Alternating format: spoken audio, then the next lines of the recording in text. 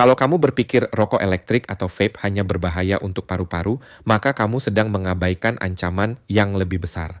Karena penelitian terbaru membuktikan bahwa vape juga bisa merusak jantungmu, organ yang setiap detik bekerja tanpa henti menjaga hidupmu.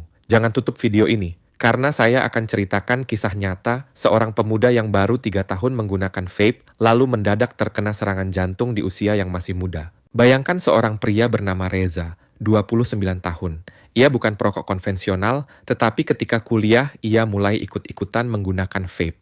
Awalnya hanya untuk bersenang-senang, menikmati rasa manis dan aroma asap tebal yang dianggap keren. Ia berpikir vape lebih aman, tidak berbahaya untuk kesehatan seperti rokok biasa. Tetapi 3 tahun kemudian, saat ia sedang bekerja, Reza tiba-tiba merasakan nyeri dada hebat.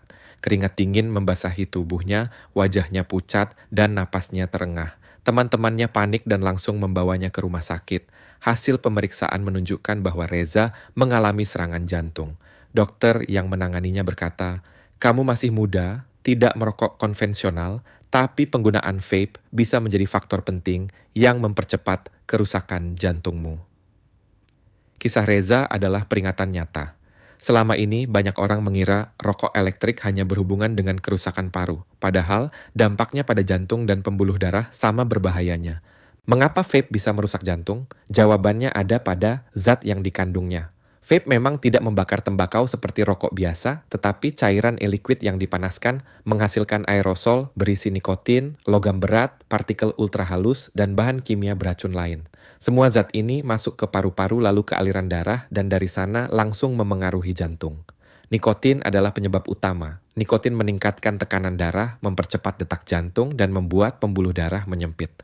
Harvard Medical School tahun 2019 menjelaskan bahwa nikotin bisa meningkatkan risiko serangan jantung bahkan pada pengguna muda. Jadi meskipun tanpa tar dan karbon monoksida, efek nikotin tetap menghantam jantung.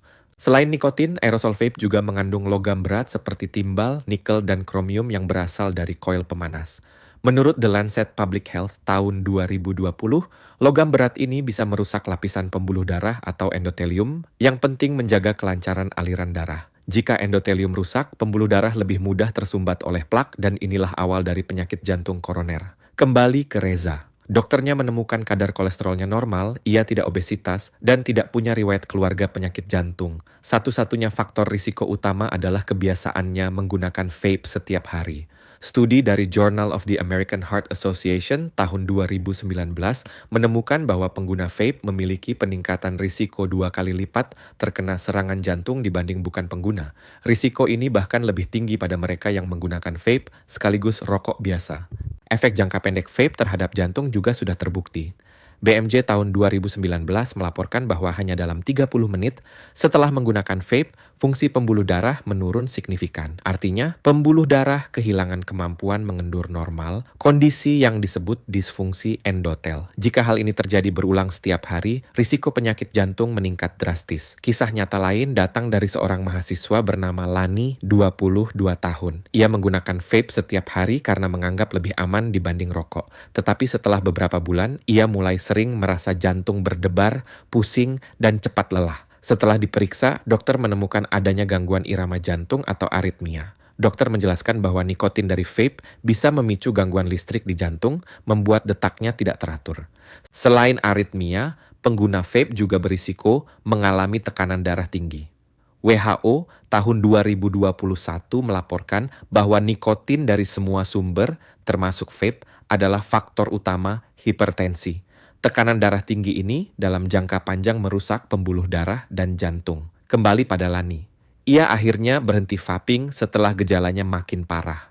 Beberapa bulan kemudian, detak jantungnya membaik, tetapi ia berkata, "Saya tidak menyangka sesuatu yang katanya lebih aman justru merusak jantung saya begitu cepat." Selain itu, vape juga memengaruhi kadar oksigen dalam darah. Partikel ultra halus dalam aerosol bisa masuk ke aliran darah dan memicu peradangan.